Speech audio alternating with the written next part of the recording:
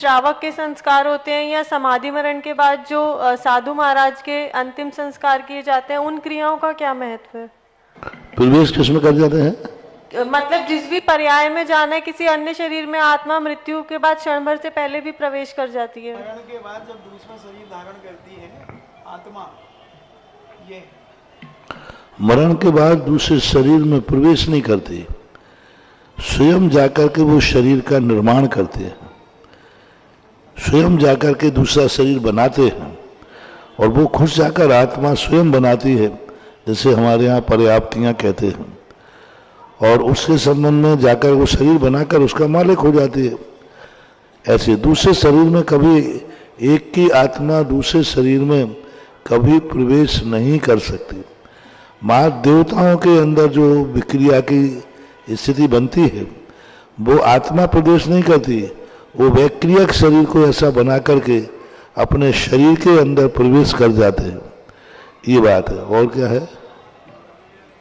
और महाराज जी, तो जो सुख दुख की अनुभूति होती है वो आत्मा करती है शरीर? क्योंकि वेद विज्ञान के हिसाब से हम कहते हैं कि दोनों अलग है। संसार दशा में संयोगज है, दो को मिलकर के ही अनुभूति होगी। अकेली आत्मा कर नहीं सकती, शरीर खा नहीं सकता, आत्मा खा नहीं सकती। दोनों को मिलकर के शरीर के अंदर भूख की भावना आती है, लेकिन अनुभूति जो करता है वो आत्मा करती है। शरीर में भोजन जाता है, शरीर ही पचाता है, शरीर में ही परिणमन हो जाता है। भोजन आत्मा रूप परिणमन नहीं करता।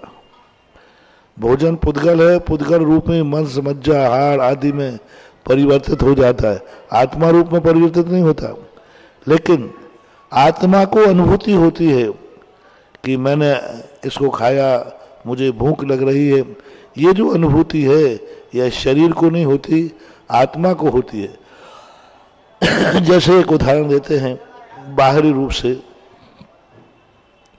जब ममत्व भाव आता है तो आपके परिवार में किसी व्यक्ति को चोट लग जाए तो रोना आपको आ जाता है। आपको तो तकलीफ नहीं है, आप क्यों रो रहे हो? क्योंकि जिससे तुम्हें मोह है, जिसको अपना मानते हो, उसके दुख से तुम दुखी हो जाते हो। इसी प्रकार ये आत्मा इस शरीर को अपना मानती है कि ये शरीर मेरा है, तो शरीर में किसी प्रकार की कमी आती है तो आत्मा को दुख होता है। शरीर में भोजन की कमी आ गई तो आत्मा दुखी हो जाती, क्योंकि शरीर और आत्मा का ऐसा संयोग संबंध है।